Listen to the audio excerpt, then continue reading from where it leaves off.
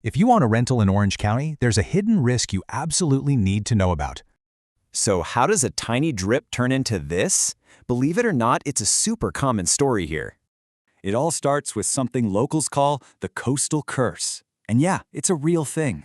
See, mold isn't random. It actually has a very simple recipe. NOC has all the ingredients. All it needs is moisture, a little warmth, and a food source, like, your drywall. Okay, so what is it about our local environment that creates this perfect storm for mold? Well, for one, our coastal cities have crazy high humidity. That's ingredient number one.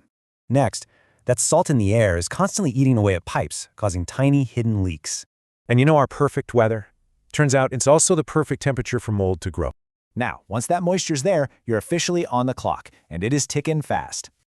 This is the key. Mold can start growing in just 24 to 48 hours. That is a tiny window. If you miss that window, it's no longer a simple plumbing fix. It's something way worse.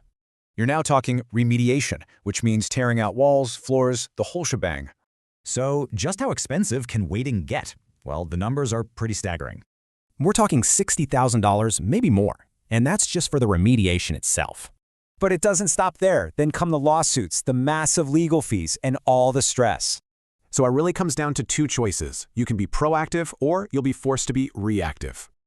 I mean, just look at this chart. A tiny preventative cost can save you tens of thousands. So what's the solution? Having a local expert who knows how to prevent these disasters. The best managers have a system, 24/7 support, trusted local vendors, and regular checkups.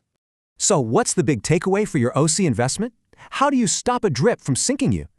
It's actually pretty simple. In our climate, your system has to be faster than the mold. That's why proactive management isn't just a cost. Think of it as an insurance policy. And that just leaves one last question you should be asking about your property.